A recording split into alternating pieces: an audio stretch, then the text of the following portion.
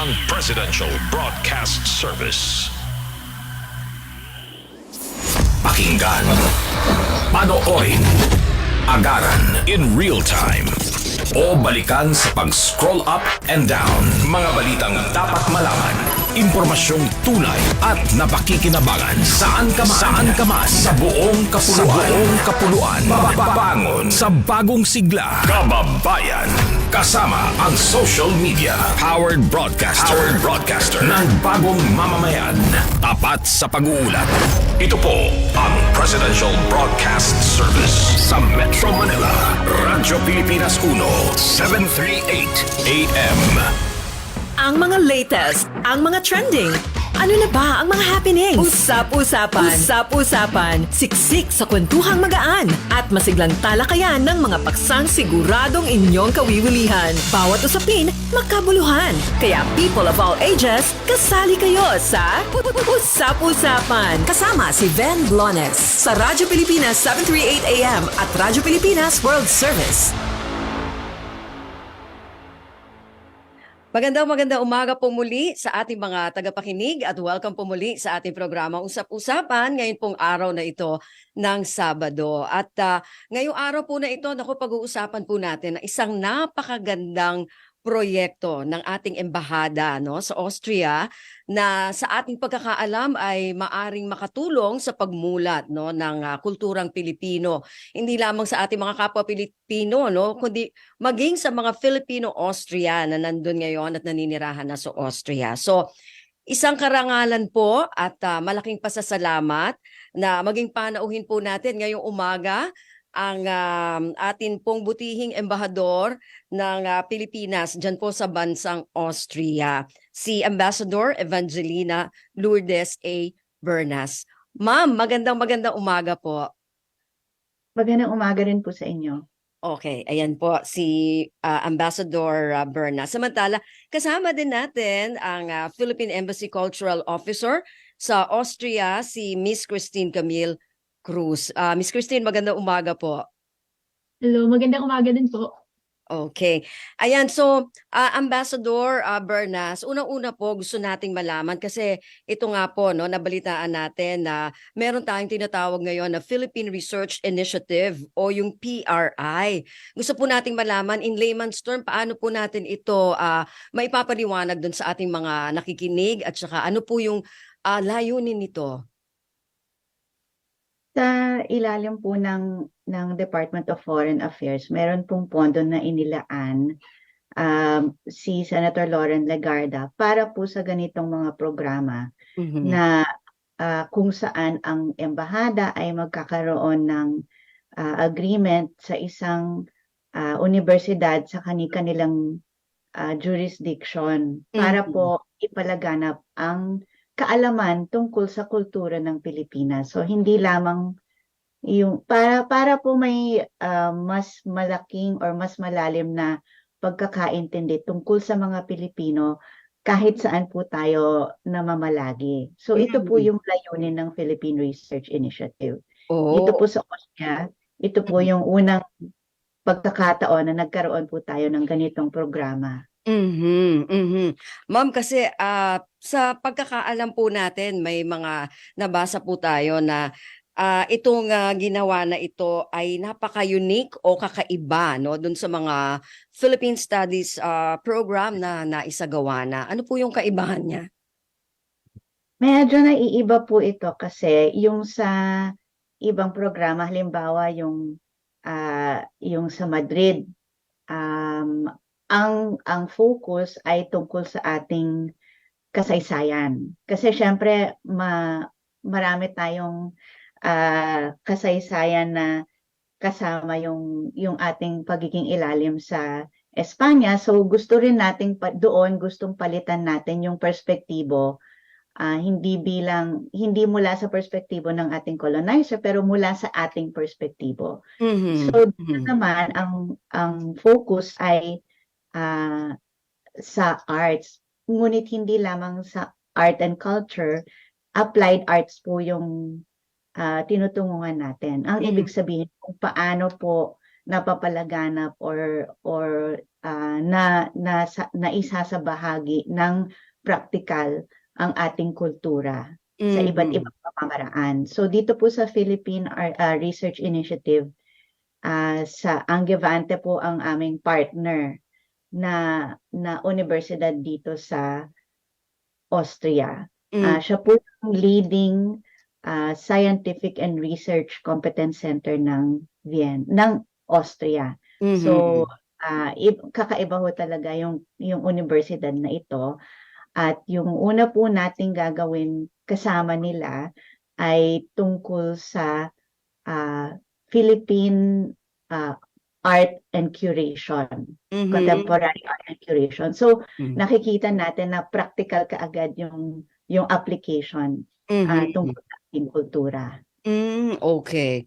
Gusto ko lang pong matanong din si Ma'am Christine, si Miss Christine dito kasi kasama po sila no doon sa mga bumuo at nagpasimula nitong research initiative na ito. So, Miss Christine, paano po ito nabuo at nasimulan itong research initiative na to? At saka kasi kanina po nabanggit ni Ambassador Bernas no na yung university na pinili ay talagang nakasentro sa arts, no? Kung hindi tayo nagkakamali dun sa pagkakadinig natin. So, paano po napili yung University of Applied Arts Vienna, yung sinabi kanina ni Ma'am Bernas, para magkaroon ng kolaborasyon ng ating embahada dito sa programang ito?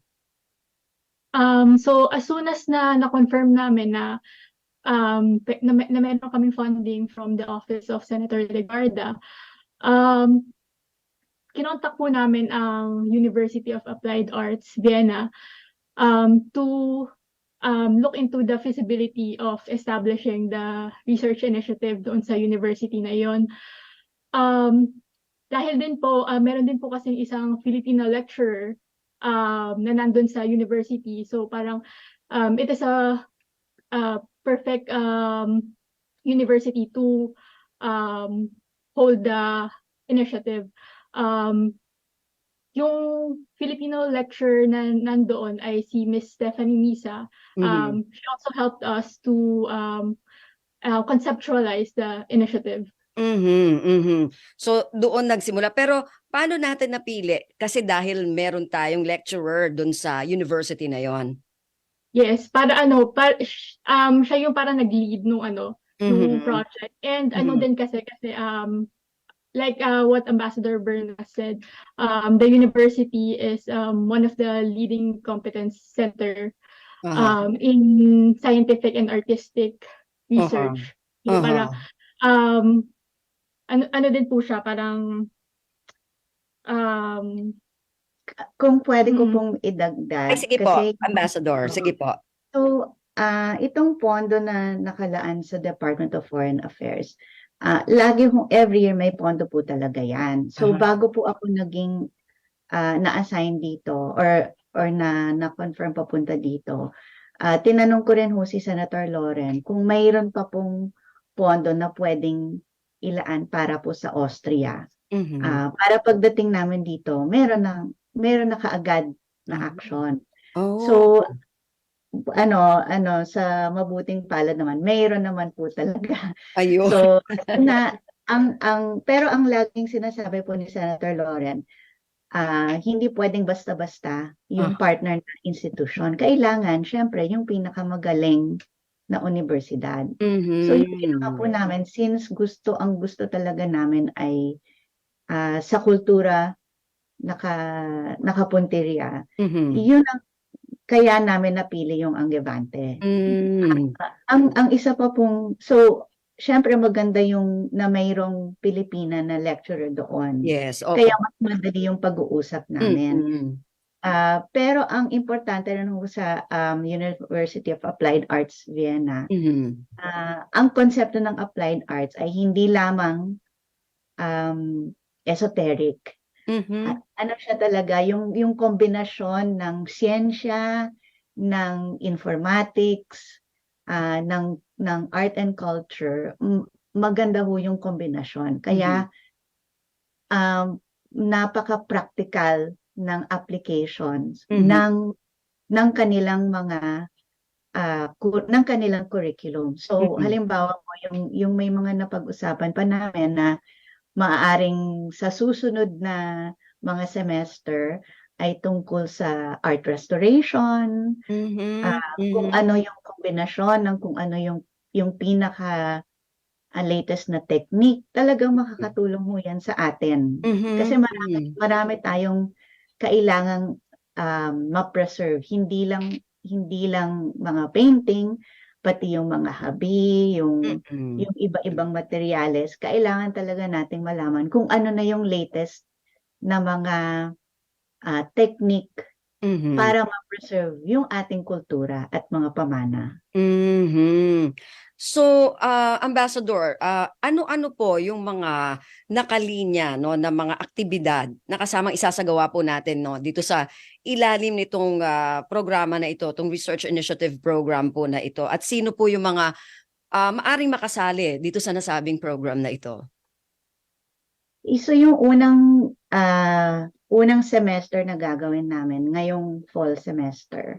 So Mm-mm. mag-uumpisa na siya sa Oktubre, ay tungkol nga sa Contemporary Philippine Art and Curation. Mhm, mhm, Yung aming mga um, yung meron kaming mga lecturer every month mhm, para dito, kasama yung mga ilang mga Pilipino sa iba't ibang sulok ng Europa mhm, ah, na ito yung ginagawa nila, mhm, art and curation. mhm, Or curator sila sa iba't ibang mga institusyon dito sa Europe, pero Pilipino sila. Or at mhm, least yun yung kanilang lahi. So, mhm, mhm, napakalaki ng maibibigay or malalaman ng mga estudyante dito sa Austria tungkol doon. So, hindi mhm, lamang siya bukas sa mga Pilipino or mga Austria na may lahing Pilipino, pero mhm, sa talagang kahit sino na may interes, bukas ang programang ito. Kasi yun naman talaga yung layunin ng ganitong klaseng Philippine Studies program, na mhm, malaman ng mundo kung gaano ka-diverse, kalalim ang ating kultura mhm, na mhm. maipapamahagi rin natin sa mundo. Na hindi lamang tayo dapat tignan bilang source ng mga nurses, Aha. na malalim ang kultura ng pinanggalingan ng mga paborito nilang tao sa mundo. Mhm, mhm. Ay so, ma'am, papaano po makakasali dito sa program na ito? Kunwari, kung meron talagang katulad niyo ng sinabi niyo po kanina na lahat or kahit sino na mga lecturer na nandyan sa Europa pwede makasali. So, papaano yung paraan para sila makasali? So, dahil yung aming donation ay sa Anggevante, sila po yung mamamahala ng programa. Mhm, Pero ang maganda rito, talagang gusto nila may close coordination sa amin. mhm, So, mhm, bagamat meron silang academic freedom para sa kung paano ah, ang magiging topics, ang mm, curriculum, etc. mm, Lagi naman kaming kinukonsulta. So yun mhm, yun yung maganda dito. mhm. So itong unang series, meron ng mga lecturer na Ah, nakalaan. okay. Ah, y- Pahanggang sa summer, 'di ba Yes. meron na. So yung sa summer po ay tungkol naman sa mga um, Philippines naman. sa mga gawa ni Love Diaz. Mm, mm, So, mm, mm, mm. meron na po siyang programa. So, Mhm. sakaling hopefully may kasunod pa siya, Aha. syempre kailangan maging successful, mayroong interes ang tao dito. So, yun naman yung gagawin namin, na ipopromote Mhm. yung klaseng programa para mas marami yung talagang pumunta dun sa mga lecture. Okay. So, Ambassador, yung sabi natin para maging interesting, ano po yung mga pwede nating gawin, ano? Siguro si Miss Christine pwedeng sumagot. Ano ba yung mga naiisip natin na dapat nating magawa, no, para mas maging interesting yung mga session, syempre, no, yung mga curriculum, yung mga topics natin diyan. Gaya po ng sabi ni Ambassador Bernas, yung pag-i-implement po nung mga program within the initiative ay nakadepende sa University of Applied Arts. Mhm. So, before kami kailangan muna namin silang Makagawa ng i-consult. curriculum. Yes. Aha. Yes. Aha. So kailangan kasi 'di ba yung meron tayong magiging lecturer at syempre inaasahan natin na marami rin na makikinig doon sa mga lecture nila, no, tungkol dito sa ating kultura. So iniisip natin na dapat ay mas maging interesting ito, no, doon sa mga makikinig at doon sa mga maghahanap ng mga topic. So yun, no, siguro Ambassador, paano kaya yun? Well, normally, mayroon naman talagang malaking interest sa mga Pilipino dito. Lalo na ngayon, dahil mayroon na naman tayong bagong MOU Mm-mm.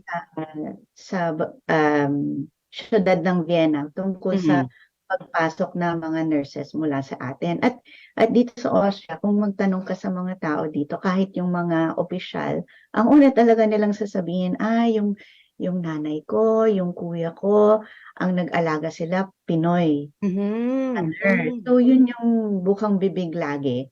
So, kilala na rin ang mga Pilipino dito. So, meron ng initial na yung bukas yung loob nila. Bukas yung loob nila sa mga Pilipino. So, syempre, ang gusto nating mangyari dito sa Philippine Research Initiative ay malaman pa nila kung ano pa ang bahagi ng ating kultura. At kasama talaga sa cultural diplomacy.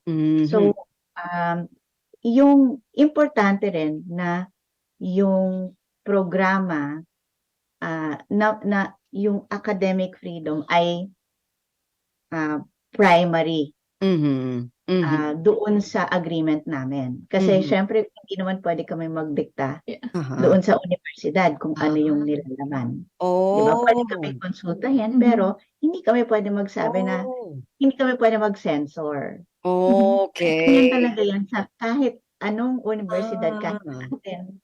Diba? Hindi, paano? Kasi ganun tayo ganun tayo matututo.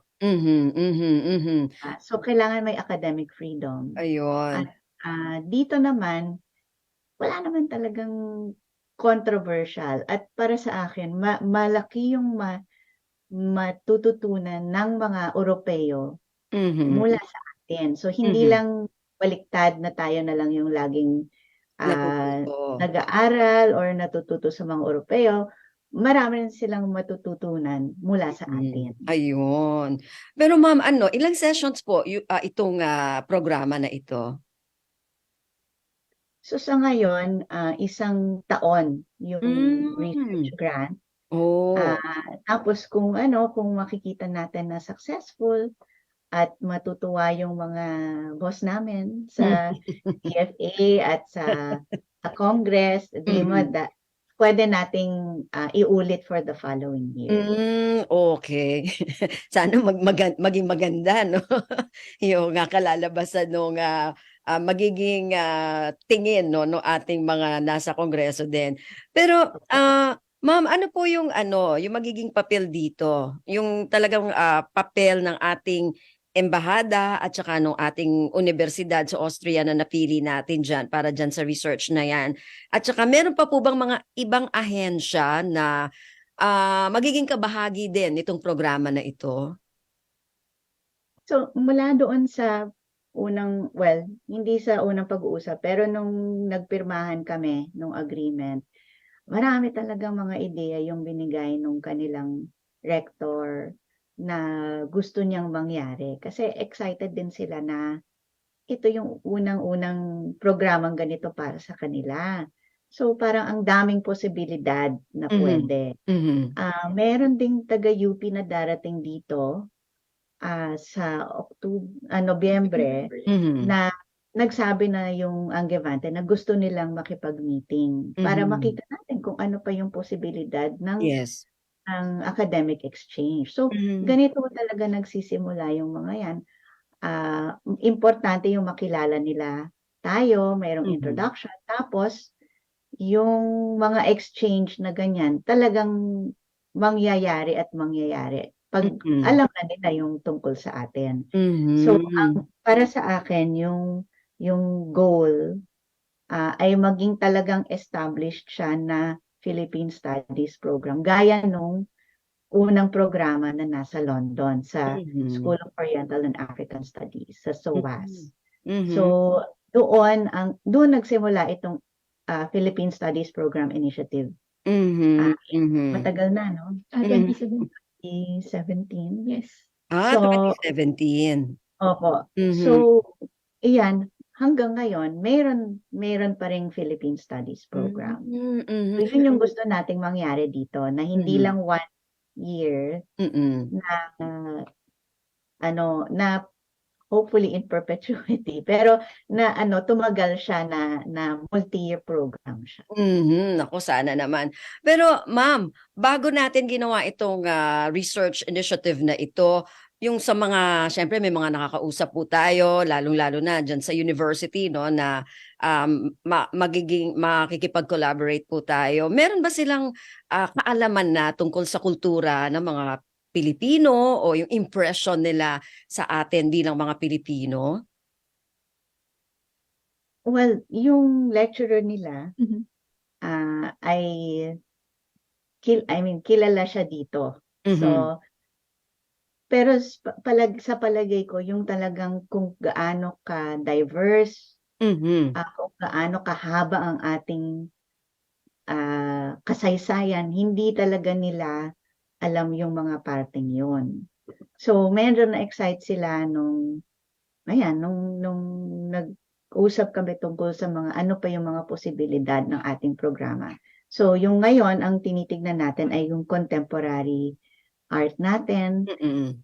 art and film, pero hindi nalalayo na mapupuntahan din natin yung mga ah, technique na mas mahaba yung kasaysayan. Mhm. Mhm. Bawas sa pagkakabi, maraming iba-iba talaga. At ang gusto Mhm. nilang gawin kasi, yung isa sa mga nagagawa talaga nila ay yung kombinasyon ng technology sa kultura. So, Ah. makikita natin kung ano yung kalalabasan nun para hindi mawala yung mga ganyan, yung mga dating kultura natin sa pagkakabi or sa paggawa ng traditional traditional weaves or embroidery or sa ating musika, sa ating mga iba-ibang salita, yung Mhm. mga ganon. Mhm. So marami talagang posibilidad.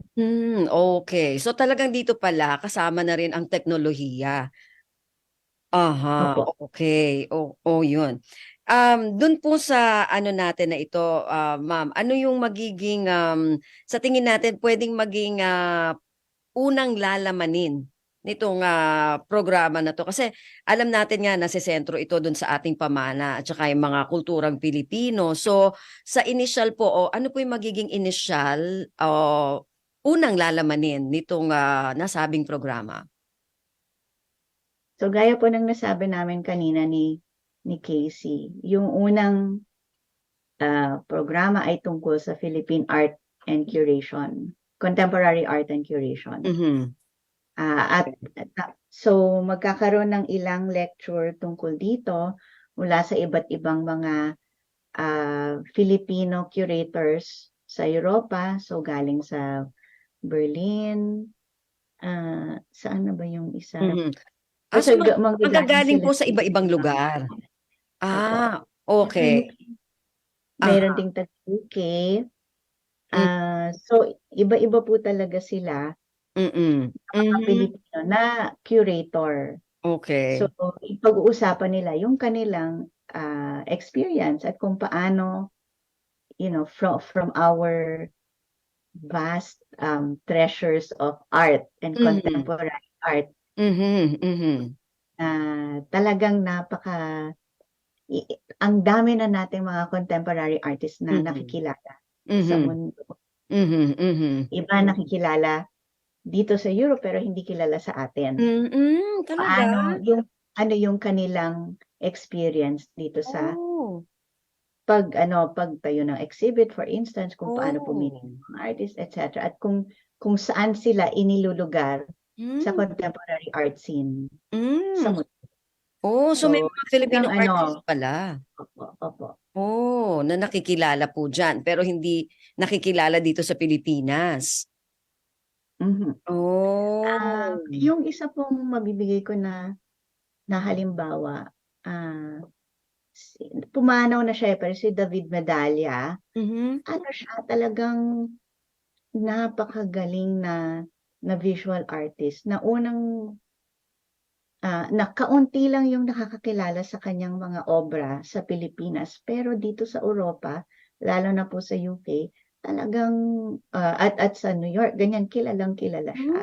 Mhm, So, mhm. maraming ganong mga Filipino contemporary artist na Hmm. kilala sa labas pero hindi pa natin nakikilala sa ating bansa. May Mhm. gano'n din, merong marami tayong napakagaling na mga Filipino contemporary artist mula sa mga probinsya na Mm.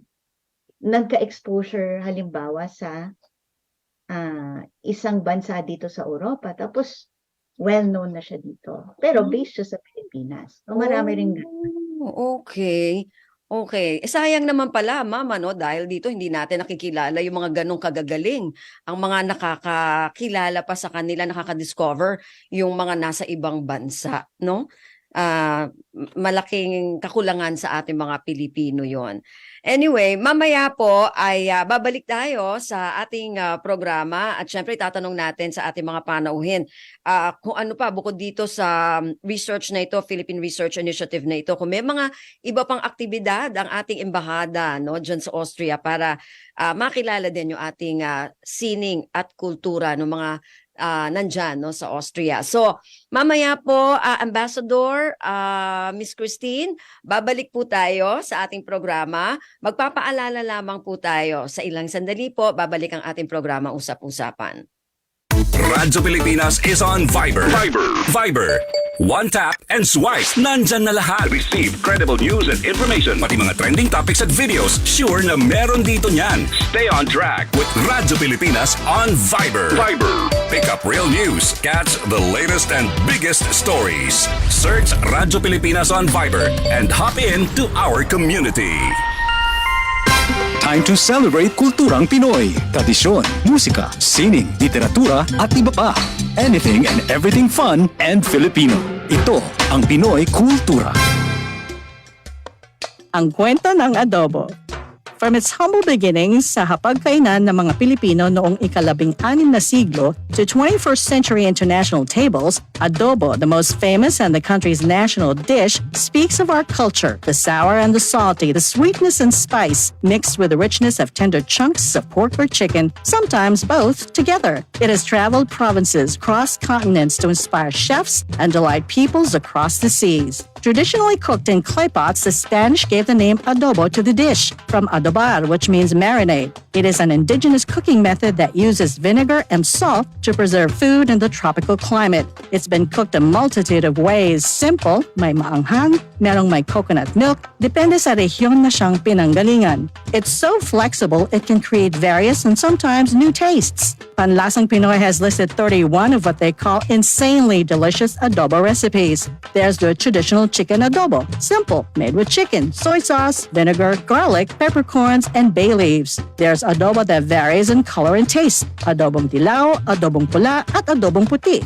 At hindi lang lutong chicken or pork. May adobong tahong, adobong kangkong, and chicken feet adobo. The New York Times once shared on Twitter a simple chicken adobo recipe as comfort food to cook in the middle of winter. The Food Network had its own adobo recipe, and there is apparently a Spanish chicken adobo with chocolate. This humble but iconic adobo is not without controversy. Wikipedia says a Trade Department once announced plans to standardize the most popular Filipino dishes to make them easier to promote, starting with the adobo. Maraming hindi natuwa at binatikos ang plano. The agency did a 180, said it's not mandatory and will only be done as a benchmark to define a basic traditional recipe para malaman kung tunay na Filipino dish pag nasa international setting. The adobo has been honored abroad, was runner-up in the Best Nouveau Street Food in the 2010 LA Street Food Fest. Philippine Primer says Chef Gordon Ramsay picked a pork adobo burger in Good Morning America's Battle of the Burgers in 2017.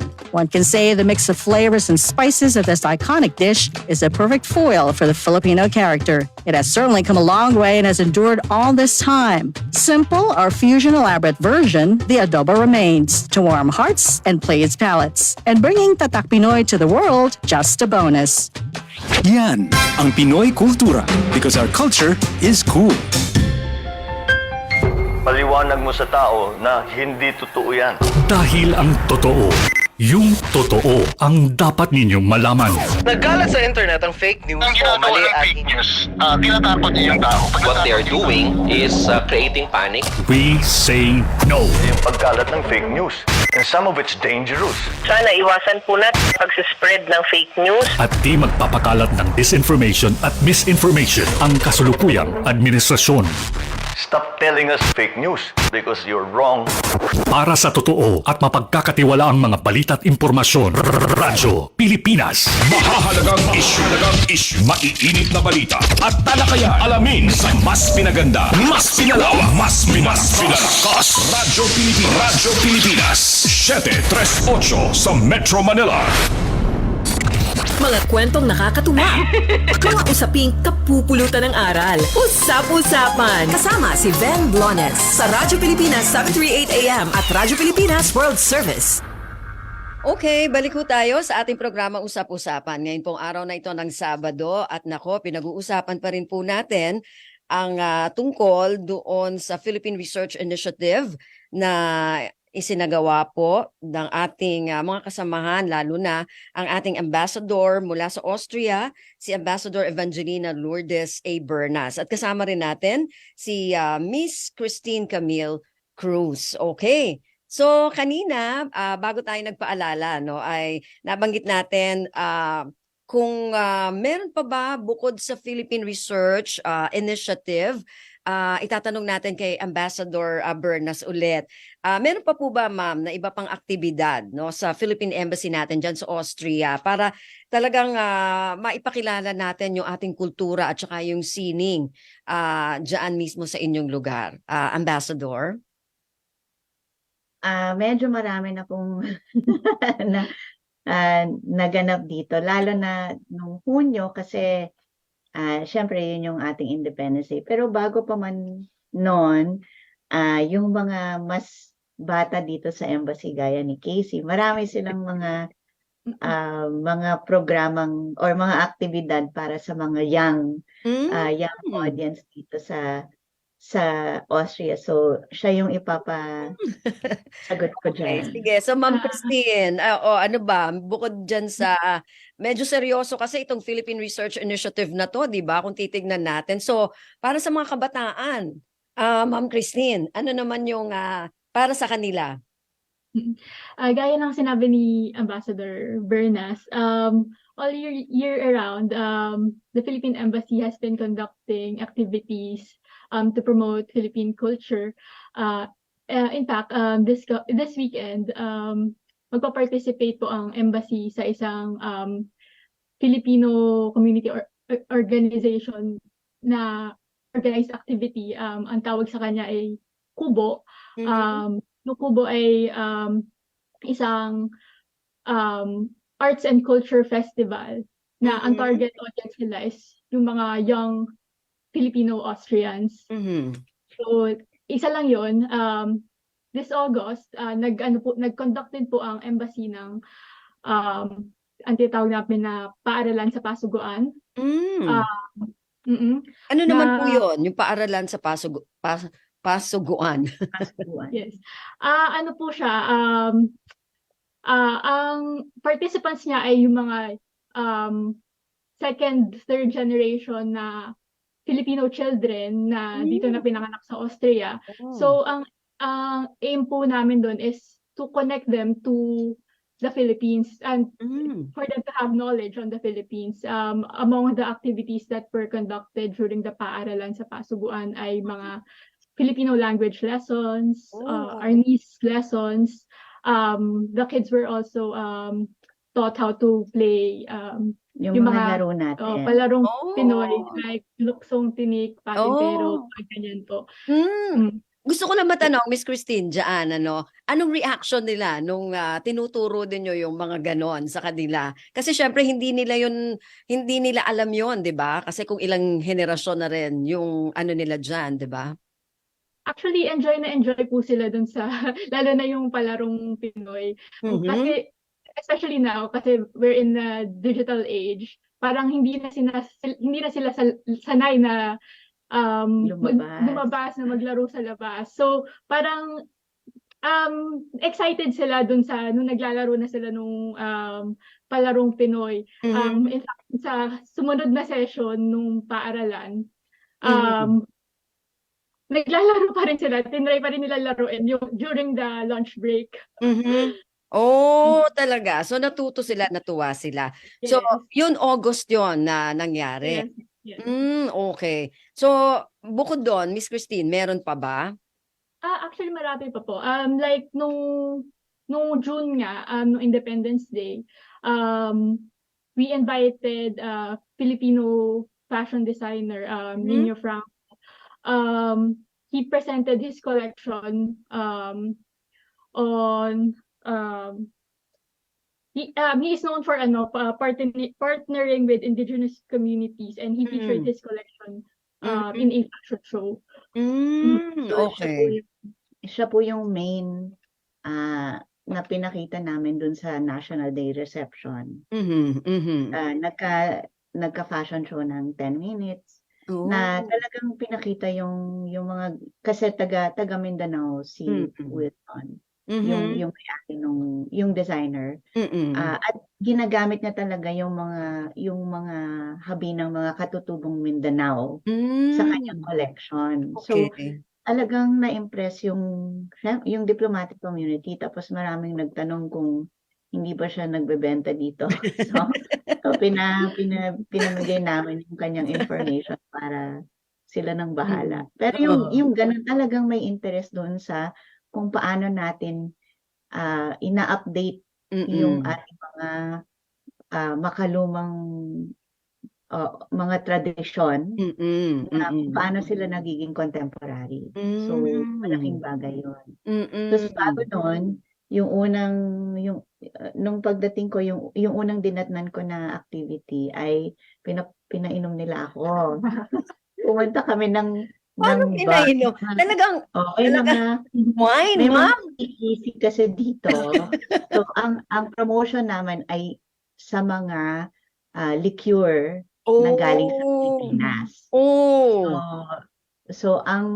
So yung mga liqueur galing sa atin, yung galing sa Destilleria Lintuaco, yung Destilleria Barako, yung Don Papa, at yung isang bar dito na yung hindi mo mahahanap, kailangan, yung secret, tapos kakatok ka or may code. Anyway, so yung mga ganun talaga, apparently ganun na ngayon uminom yung mga bata.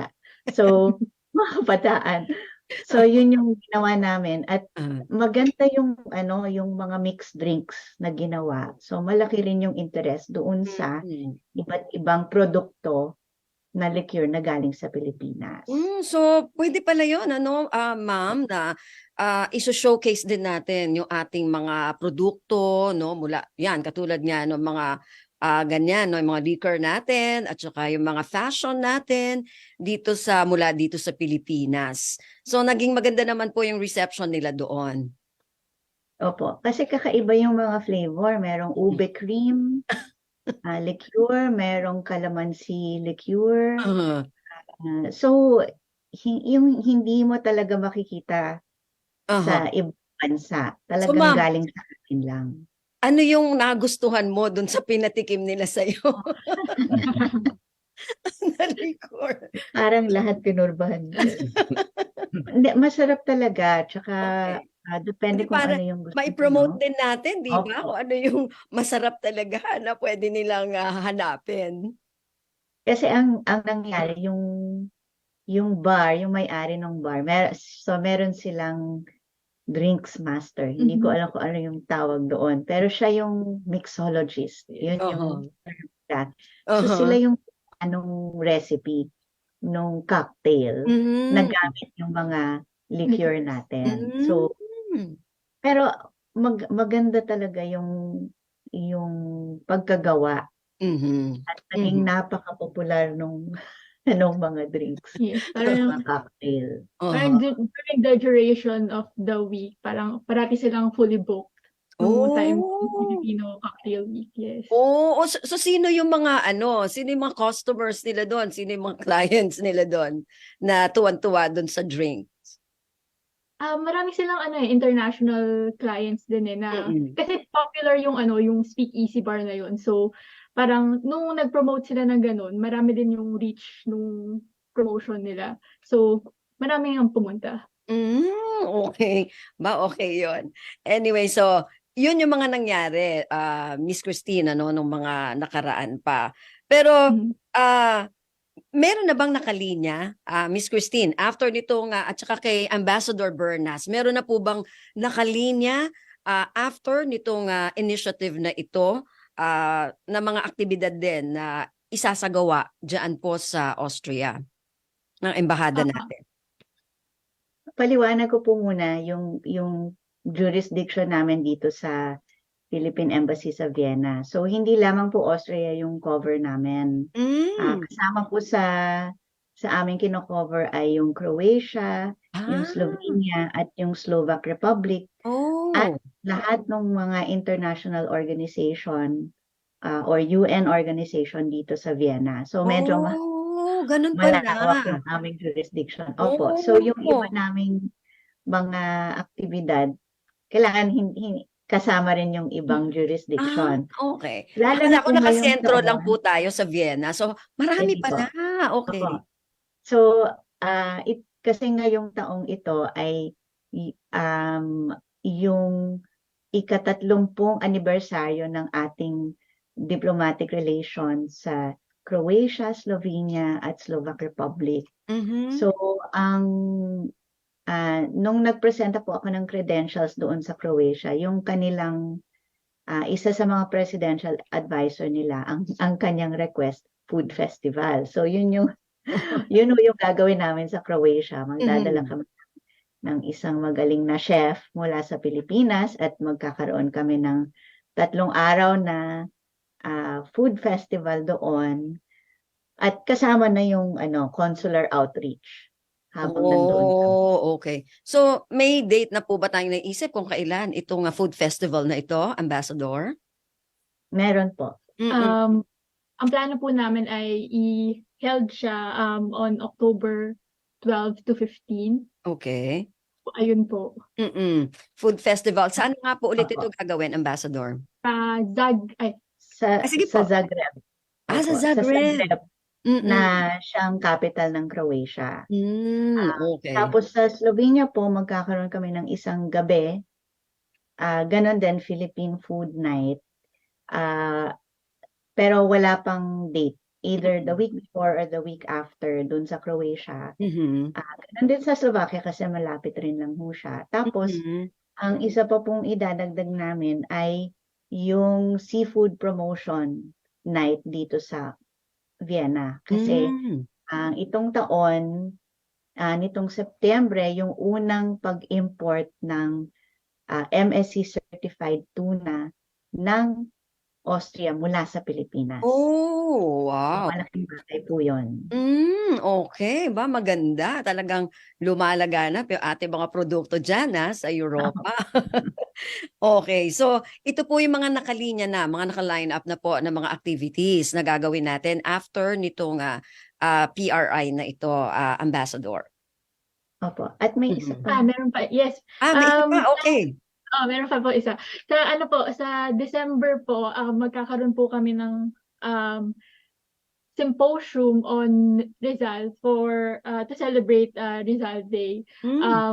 We will be partnering with organization here in Austria called the Austro-Philippine Society. So they will be inviting lecturers on Rizal. Oh, okay. So, abangan din natin yan, ano? Ambassador, mga gaano karami na po yung atin pong mga kababayan na nandyan sa Austria o sa iba pang mga lugar na nagtatrabaho, lalo na yung mga nagtatrabaho, no? At saka yung mga community din tayo dyan, di ba? May Filipino community din. So, mga gaano karami na po sila dyan? So, yung pinakamalaking grupo po sa aming jurisdiction ay dito talaga sa Austria. So, mga 6,000 yung mga Pilipino na humahawak pa ng Filipino passport. Pero, yung community dito, yung mga Austrian Filipino descent, mga 40,000 na po sila. Medyo malaki. Kasi, yung unang mga pumunta dito na mga nurse noong 1970s, dito na sila pangasawa at nagkaanak at ngayon may mga apo-apo na sila. So mga ganon, mga 40,000 na po sila dito. Wow, ba marami na rin po pala. Opo, pero ang maganda rito na nakikita ko, yung Filipino values pa rin po yung umiiral. So pag nakikita mo yung third generation, mukha na silang Austrian pero nagmamano. Wow. Po, yung iba, pag napapagalitan sa Bisaya, napapagalitan or naiintindihan nila, yung ganon. So, umiiral pa rin po yung pagka-Pilipino. Hindi nila nakakalimutan. Opo. Maganda. So, dala-dala pa rin nila yung kultura natin dyan sa Austria.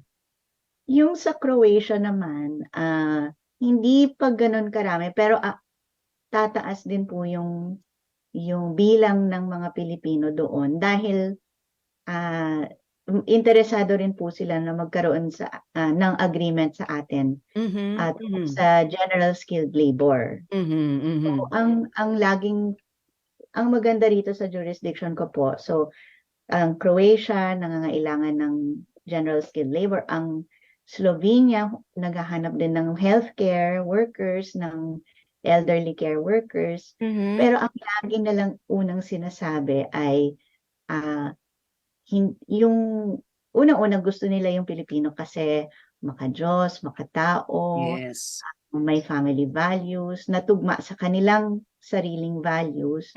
So hindi nila tinatrato yung Pilipino na iba sa kanila.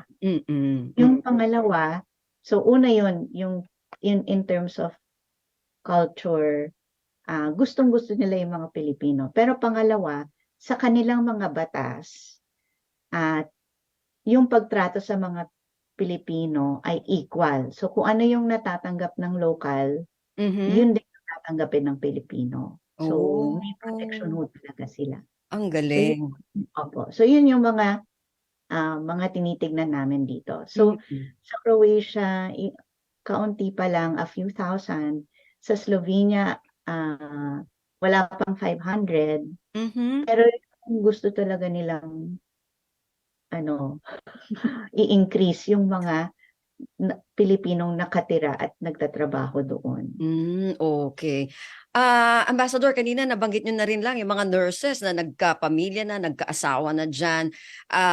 Meron tayong nabasa na nagkaroon din po kayo ng kasunduan para doon sa pagpapaganda ng kalagayan ng ating mga Filipino nurse dyan sa Austria. Kumusta na po yun? So mayroon po kaming kasunduan sa Vienna tungkol sa pag-recruit ng muli ng mga nurse dito sa Vienna. So ngayon tumawag na yung ibang mga federal state sa Upper Austria, Lower Austria, kasi interesado din po sila. So ang sabi ng national government ng Austria ay magkakaroon rin kami ng national level na kasunduan, hindi lamang tungkol sa mga healthcare worker, pero yung general skilled labor. At ganun din, ang importante sa kanila na ang pagdating dito ay maayos at mayroon yung ibang mga federal state ang gusto nila, magkakaroon sila ng integration coordinator. So, gagawin lang nila yun para sa ating mga Pilipino. So, talagang pinahahalagahan po nila ang pagdating ng mga Pilipino dito. Okay, naku, maganda. Anyway, nako, Ambassador at Miss Christine, parang napakabilis ng oras naman natin. Sinasenyasan na agad ako dito. Ganun na daw, ganun na. So, nako, bago tayo magtapos, bago natin hingan kayo ng mensahe, gusto ko lang munang malaman, ano po yung mga vision pa natin para mas lalong ma-promote pa natin, no? O mapalaganap pa yung ating kulturang Pilipino, lalong-lalo na dyan sa may bansang Austria. Miss Christine at saka Ambassador. For the future po, ang iniisip namin, ang vision ng embassy is to promote the Philippines as an origin of excellent and high quality products such as coffee and cacao, while also highlighting sustainable practices. We are also looking to continue organizing initiatives and projects and activities that preserve Philippine arts and culture, especially in future generations of Filipinos living in Austria. Okay. Ambassador, kayo po, yung ating mensahe sa mga nakikinig sa atin at saka yung inyo pong mga gusto pa, no, na mangyari diyan po sa inyong kinalalagyan bilang ambassador natin diyan sa Philippine Embassy diyan sa Austria, at saka yung tungkol pa rin dito sa kasalukuyan, no, na Philippine Research Initiative. Well, marami pong salamat sa pagkakataon na para mapaliwanag namin yung mga ginagawa namin dito sa Embahada sa Vienna, para po sa iba't iba naming jurisdiction, hindi lamang po dito sa Austria.